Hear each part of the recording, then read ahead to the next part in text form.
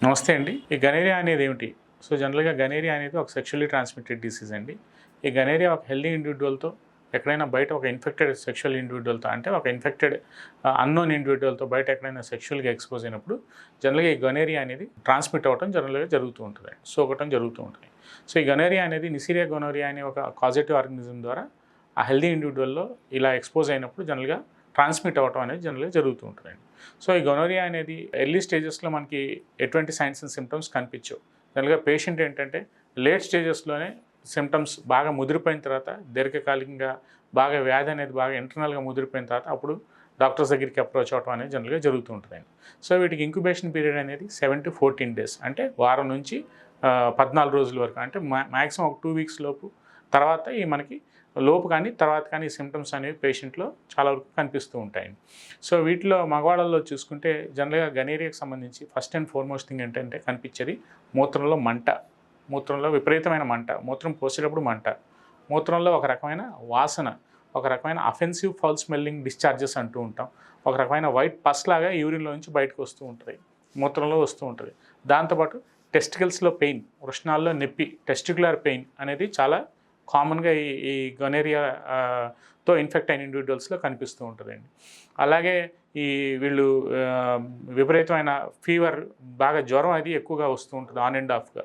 So, infections అన్నప్పుడు జనరల్‌గా జ్వరం అనేది రావటం కామనే కాబట్టి జనరల్‌గా దీంట్లో మనకి మెయిన్‌గా 3 రీజన్స్ అనేవి మనం తీసుకుంటూ ఉంటామండి. దీంట్లో మూత్రంలో మంట, మూత్రం పోసేటప్పుడు నొప్పి, టెస్టికల్స్‌లో పెయిన్, విపరీతంగా అన్‌ఈజీనెస్‌గా బాగా ఒక రకమైన డిస్కంఫర్ట్ అనేది ఆ ఇండివిడ్యువల్‌లో ఎక్కువగా కనిపిస్తూ ఉంటుంది. సో, ఇట్లాంటి కండిషన్స్ ఉన్నప్పుడు ఏంటంటే జనరల్‌గా ఈ గనేరియాతో బయట ఎక్కడైనా మనం ప్రీవియస్‌గా హిస్టరీ అడగాల్సింది ఉంటుంది ముఖ్యంగా.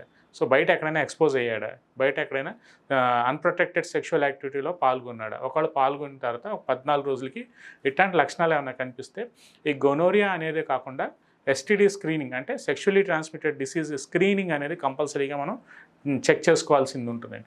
ప్రతి పేషెంట్‌కి, ప్రతి ఇండివిడ్యువల్‌కి ఇలా బయట ఎక్కడైనా ఎక్స్‌పోజ్ అయిన తర్వాత ఒక 14 రోజుల తర్వాత కానీ, మ్యాక్స్ ఒక నెల రోజుల తర్వాత కానీ ఏదైనా ఇట్లాంటి లక్షణాలు అనేవి కనిపిస్తే ఒక గొనోరియానే కాకుండా ప్రతిదీ మనం వైరల్ మార్కర్‌తో సహా అంతా ప్రాపర్‌గా ప్రొఫైల్ అంతా చెక్ చేసుకోవాల్సిన అవసరం ఎంతైనా ఉంటుందండి. సో, దాన్ని బట్టి మనకి ట్రీట్మెంట్ ప్రోటోకాల్ అనేది ఈజీగా ఉంటది. సో, జనరల్‌గా పేషెంట్స్ ఏం చేస్తూ ఉంటారంటే బాగా ముదిరిపోయిన తర్వాతో, లేదంటే రకరకాల మందులు వాడేసుకున్న తర్వాతో, లేదంటే ఇప్పుడున్న ఈ నెట్ ప్రపంచంలో వాళ్ళకుండే హాఫ్ నాలెడ్జ్‌తో ప్రాపర్‌గా ఒక క్వాలిఫైడ్ డాక్టర్ దగ్గరికి అప్రోచ్ అవ్వకుండా ఏదో సమ్ ఎక్స్‌వైజెడ్ మెడిసిన్స్ కొనేసుకొని వాడుకున్న తర్వాత వాళ్ళకి తగ్గింది అనిపించిన తర్వాత మళ్ళీ ఒకసారి 2-3 మంత్స్ తర్వాత ఈ కంప్లైంట్స్ అనేవి రిలాప్స్ అవుతుంటాయి. అట్లాంటి టైంలో మన దగ్గరికి అప్రోచ్ అవుతూ ఉంటారు.